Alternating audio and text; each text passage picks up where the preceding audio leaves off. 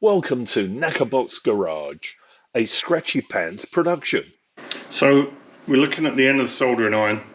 One of the things my old metalwork teacher, Mr. Williams, used to teach us was after you've used the soldering iron, always clean it up with a file afterwards, so it's, you know, nice for the next job.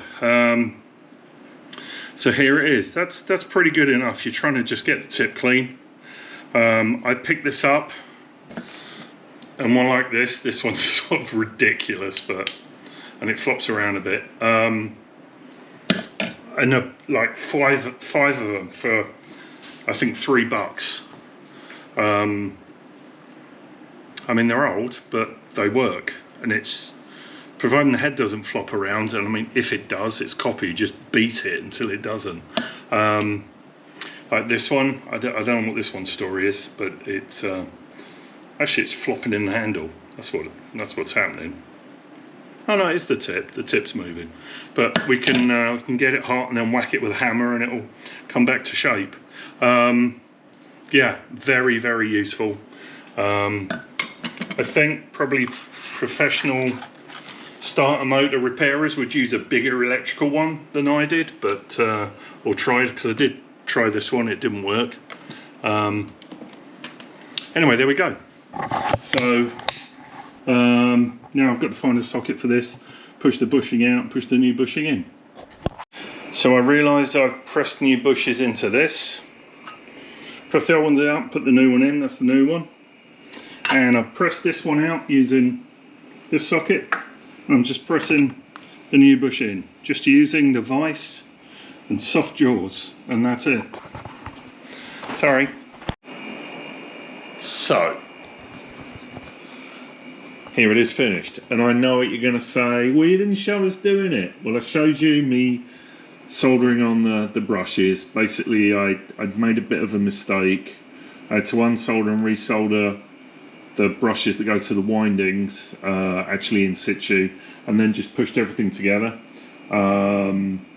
So it's all there. Everything seems to work correctly. I'm waiting for so that works. I'm waiting for the new solenoid. That will come in. This will sit like that, and then, you know, that's the way it works. So that's coming today. Once that's done, I'll put it on. We'll screw it in.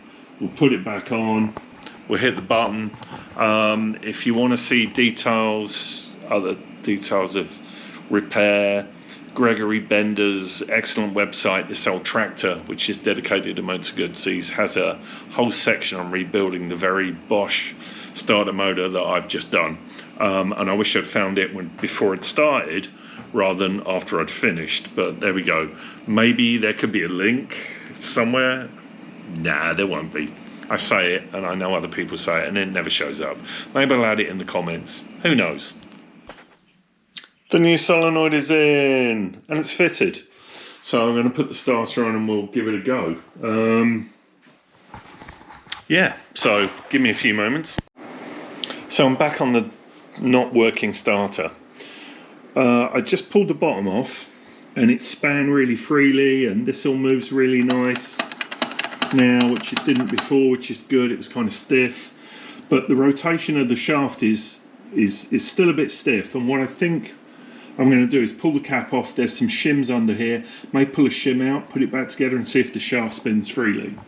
The fact that the solenoid is now free and moving makes me feel much better.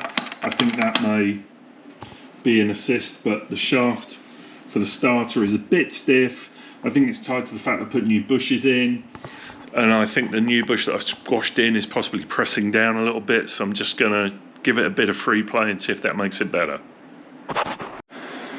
Back in the vise.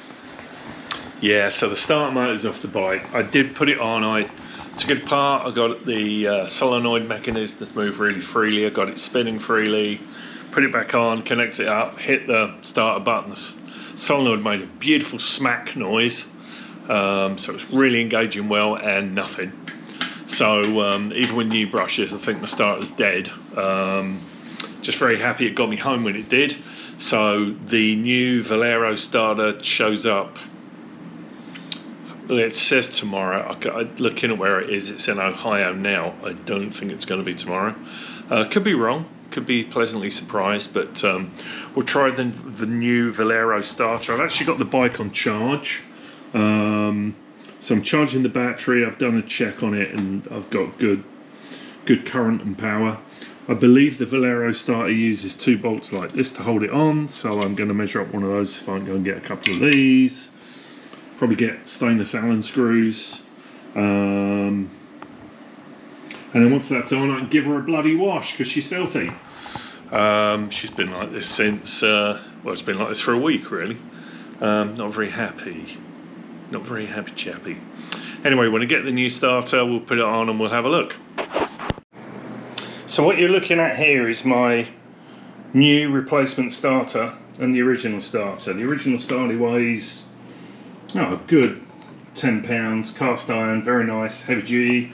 This one's much lighter. If you line up the mounting holes, the solenoid actually rubs against the chain case. You can't get it. Well, it actually rubs against the neutral switch. Can't get it in. So this one is going back. It's also, this construction is super light. I really don't have much faith that would start this vehicle. So, knowing that this is the Bosch unit, I don't seem to be able to get any spares for this. I don't seem to be able to find anybody who can rebuild it. I reached out to the owners group and I've had some feedback. Basically everybody said, see if you can get a good used one. I have reached out to Harper's, had a really nice chat with a guy called John, who has a Valeo starter, which was an alternative to the Bosch for this particular bike. They have a good used one. One is on its way to me. So my starter motor malady conundrum continues. What is happening is this unit is going back. I will get a full refund. There was no problem from, I think it was DV Electronics. It was sold as a direct replacement to this, which I'm sure if there's plenty of space around it, it could potentially work, but no, not in this case. So I'm going to send that back, get a refund. One's coming from Harper's, should be with me next week. So I'm now 2 weeks not riding the Guzzi. Never mind. So behold, the new Valeo starter. It fits, but you'll notice there's a hole now because this also fouls against the neutral light switch. So what I need to do, I don't know, I need to cut the end off where the little bolt is. I think that's probably what I'm going to do. Just trim that up a little bit, make it short. I can probably remove one of the nuts and just pinch it up and really make it short.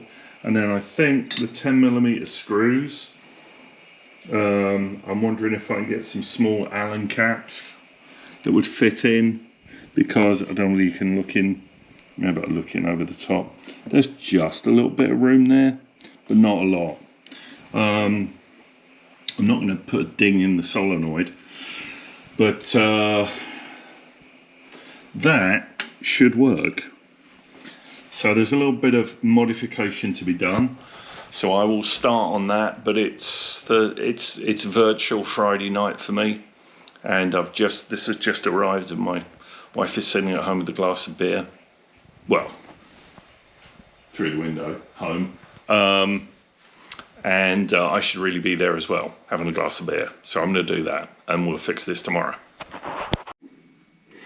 Alright, so we're looking at this starter relay. I've thinned the nut by putting the threaded part of the bolt in my... I thinned the nut, I thinned the bolt head by putting the end of the threaded end in my drill and holding it against my belt sander. I've moved this back, the tang's gone back, and I've cut about 1/4 of an inch off the terminal post for the neutral switch, and now I'm hoping I'm going to have to make a new one of these. I don't think this is long enough, but we'll see. But now I'm going to try and offer up the starter motor and put the bolts in. I've had it bolted in with this off, So now we'll try it and see if it stays in place. Okay, so bolted in. The cable for the start of the feed is a bit, I think the joint needs bending down. Anyway, proof is in the pudding. Finally, that seems to work.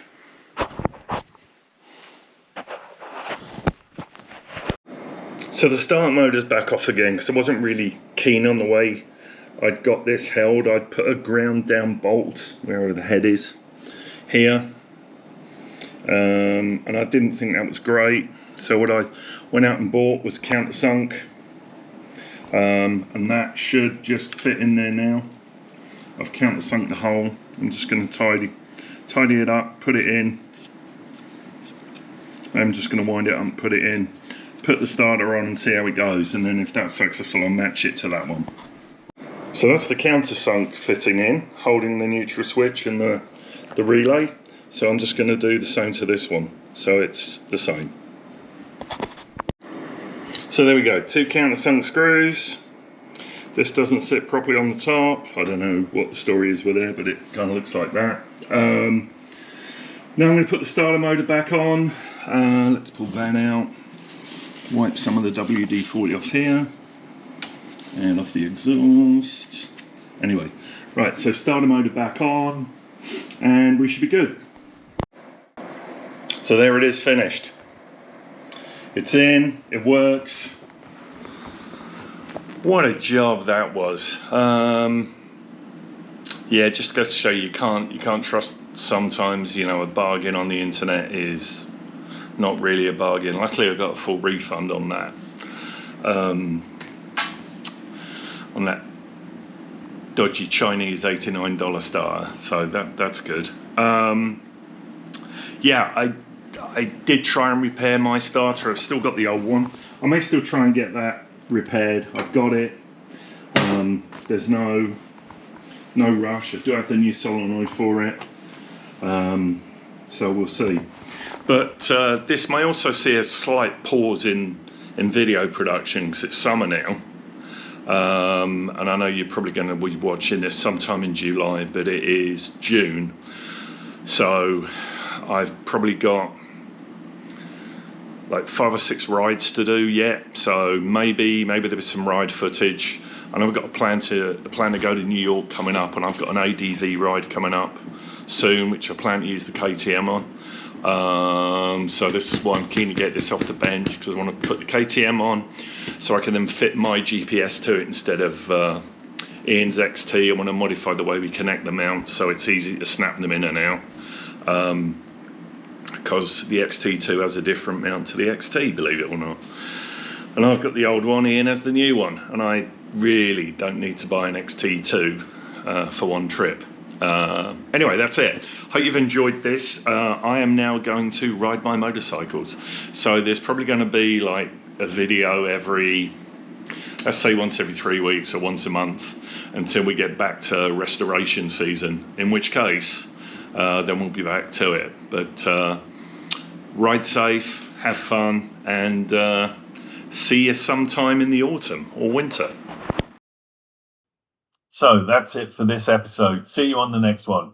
If you like what you see, like, subscribe, I don't know, add a comment. It's all good stuff.